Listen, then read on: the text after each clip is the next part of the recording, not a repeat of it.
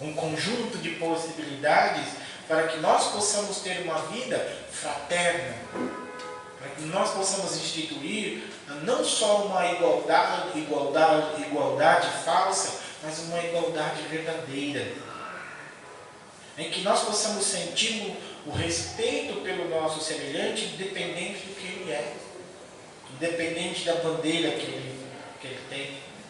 E o nosso país hoje, o nosso Brasil, até o nosso conjunto aqui, ele está sendo aqui repovoado por pessoas estrangeiras. Tem muitos nossos irmãos aí de outras nacionalidades que estão vindo morar. Aliás, quando eles brigam, eu não entendo nada. Às vezes eu acho que eles estão brigando, eles estão conversando. Quando eles estão brigando, eu acho que eles estão conversando. É uma coisa interessante. Mas como que nós vamos conviver com essa mudança? Se não desenvolvermos a fraternidade, percebemos que essas culturas novas vão vir para dar novo modo de vida para nós, como que nós vamos conviver? Como vamos acolhê-los adequadamente? Notando que o nosso país é tido como a pátria do Evangelho, o celeiro do mundo. Se nós somos pátria do Evangelho e o celeiro do mundo, então vai requerer de nós, como pátria do Evangelho, o servir. Aquele que é servidor do Cristo é aquele que doa. E tem muita gente, meus irmãos, esperando que o Cristo, me desculpem talvez a reflexão inadequada, mas não consigo deixar de pensar de outra forma. Nós estamos esperando que Jesus nos dê recurso para servir.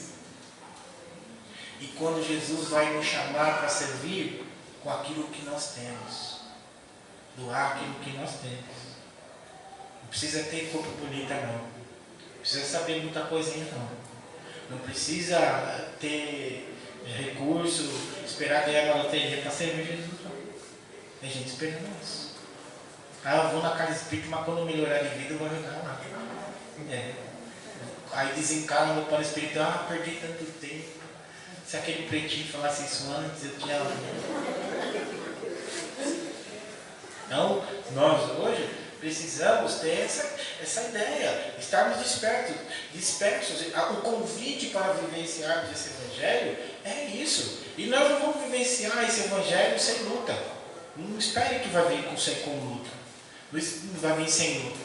Vai vir com luta. Porque a instituição do planejamento de Jesus, para que nós modifiquemos as coisas, vai vir com luta. E essa luta é que dá prazer para a gente. Essa luta é que dá alegria, satisfação pessoal, porque você vai perceber que você é capaz de se auto-superar. Você é capaz de se auto-superar. Você não precisa ficar fazendo aquelas coisas, fazer prevenções longas, né? Estou falando contra o meu patrimônio. Né? Ficar falando muita coisa, fazer aquelas palestras longas. Não precisa. Mas o pouquinho que você faça já é alguma coisa. Recordando as palavras de nosso Senhor Jesus. Tive fome, deste-lhes de comer. Tive sede, deste-lhes de beber. Tive frio, vestiste-me. Estive preso, foste-me visitar. Precisa ser erudito para fazer isso? Não precisa. E tem muitos irmãos nossos que ainda não acreditam nisso. Que está fazendo isso meio como que automático, mesmo sendo servidores do Cristo, ainda estão no automatismo de não perceber muitas vezes que uma simples palavra basta. Um sorriso. Né? Um sorriso. E às vezes a pessoa está ali, o assistido entra, fica olhando. Será que eu pergunto? Será que eu oro? Será que eu falo bom dia? Às vezes você fala em bom dia, né? A pessoa está ali. Isso quando é alguém conhecido. Se é algum faxineiro, alguém que limpa a rua e fala, nem enxerguei. Mas sem ele nós estaríamos no sufoco danado. Estaríamos doentes sem esses nossos irmãos. É isso que Jesus faz.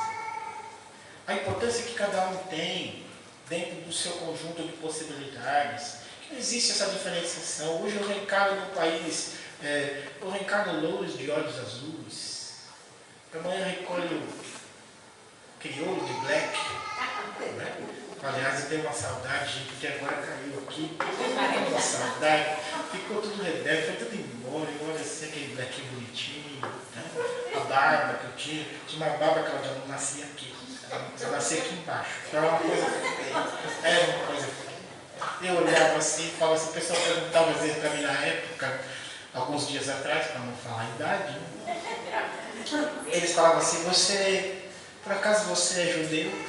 Por que é judeu? Eu criou, mais fácil eu ser um budista do candomblé. Eu queria um budista do candomblé. É porque você só tem essa barbicha aqui embaixo e não tem bigode. Eu olhava e falava, porque não nasce, meu amigo. Aí ficava com vergonha, cortava. Então nós temos que perceber isso. Importa isso. Importa o que nós somos, o que nós ofertamos, a alegria de viver no lar. Muitas vezes a gente chega no lar está aborrecido. Né? Aborrecido, as pessoas se aborrecem por qualquer coisa. Se você reclama de alguma coisa, a pessoa já fica aborrecida, fica de bico. Aí já não te amo mais. Ela percebe que às vezes você está cansado, tem alguma dificuldade, passou um dia difícil, ou não está com a cabeça muito voltada. Ao invés de se preocupar, de dar atenção, vamos entrar no campo das cobranças, deixando as crianças às vezes alvoroçadas, compreendendo aí que as crianças estão aprendendo conosco. Né? Quando a criança aprende, ela aprende conosco. E ela vai vivenciar mais lá na frente aquilo que ela viu. Né? Os conflitos, muitos dos nossos conflitos enquanto adultos hoje, são conflitos que nós vivemos na infância. Pelos ensinamentos lá, nada de culpar os nossos pais, mas pelos equívocos que eles cometeram, porque são equívocos que eles receberam lá dos pais deles. Né? Uma educação precisa, muitas vezes, porque se eles não tivessem talvez sido severos conosco, nós não estaríamos aqui hoje. Teríamos talvez desviado do caminho. Mas nós percebemos que hoje nós carregamos alguns traumas, algumas ideias, e são equívocos. Isso nós só não limpamos dentro do nosso íntimo, porque nós temos medo desse mergulho em nós. Então, eu ouvia o meu avô dizer assim, né? Meus avós dizer assim, faço o que eu mando, mas não faço o que eu faço. Aí você olha assim, se fosse hoje para uma criança na atualidade, ela dizia assim, você faço sim, você faz, eu vou fazer. E nós ficávamos com medo, não fazia porque eu estava com medo. Então a criança vê hoje você fumando, vai fumar.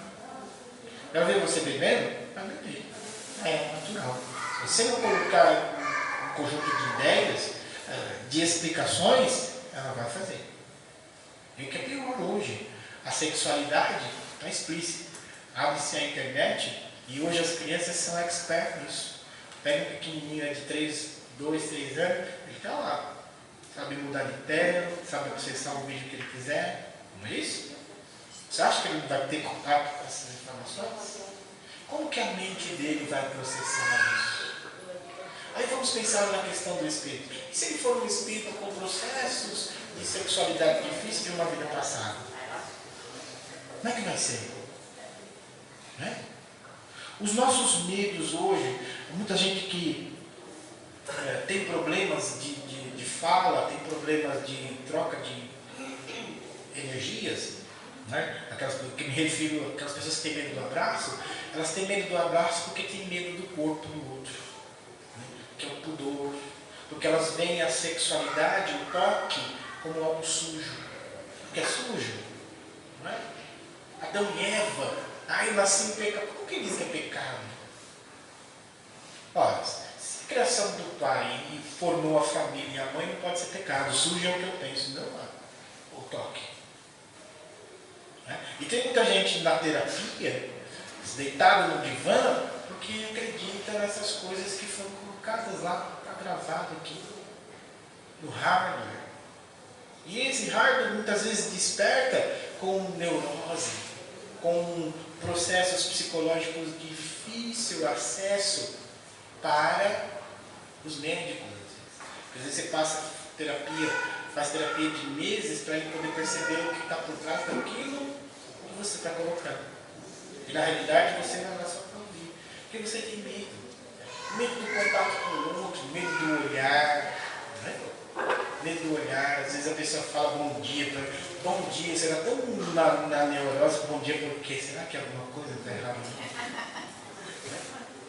Então nós precisamos ter criar dentro de nós os conceitos da boa nova de nosso Senhor Jesus, para nós libertarmos disso. E esse processo só é possível com o outro. E muitas vezes a gente não quer conviver com o outro. Eu quero que a vida me cure, eu quero que Deus me cure, eu quero que Jesus me cure, mas eu não quero conviver com o outro. A cura está no outro. Por que a cura está no outro? Olha, quando eu vou visitar algum doente e trazer para ele a minha energia, a minha prece, a minha informação, eu faço uma troca de energia dentro daquele processo e aprendo com ele a não fazer o que levou ele naquele processo. É o que muitos médiuns fazem. Os médiuns evoluem dentro da casa espírita quando vão trabalhar na desobsessão por causa disso. Se estiverem atentos. Por quê? Quando eu estou dando passagem, né? Eu vou usar esse termo, mas é o termo mais comum, nós estamos dentro do processo daí, de incorporação dos espíritos. Não é psicofonia, porque psicofonia é de mentor, de incorporação, que são os nossos irmãos ainda em nível de ignorância mais baixo. Então, quando eu estou passando isso, ele está me passando a informação como médium do porquê ele está naquela situação. Então, ele está naquela situação porque no passado ele foi uma pessoa que violentou muito, ele exterminou pessoas, ele foi maledicente. Então, o médium sabe que se ele for maledicente, olha o estado que ele vai ficar lá. Olha o perispírito do outro. Isso se ele estiver atento. Se ele não estiver atento, ele vai sair da reunião e vai dizer assim: nossa, eu vi um espírito, perispírito dele, meu Deus, hein? Só Jesus, cara, ainda bem que eu estou aqui. Que é o pensamento mais baixo. Ele está pensando na pessoa. Quando eu estou pensando na pessoa, no ser, eu estou no nível mais baixo do meu pensamento. Porque eu estou pensando como alguém que tem hábito de falar mal do outro. E não de se preocupar com a situação que levou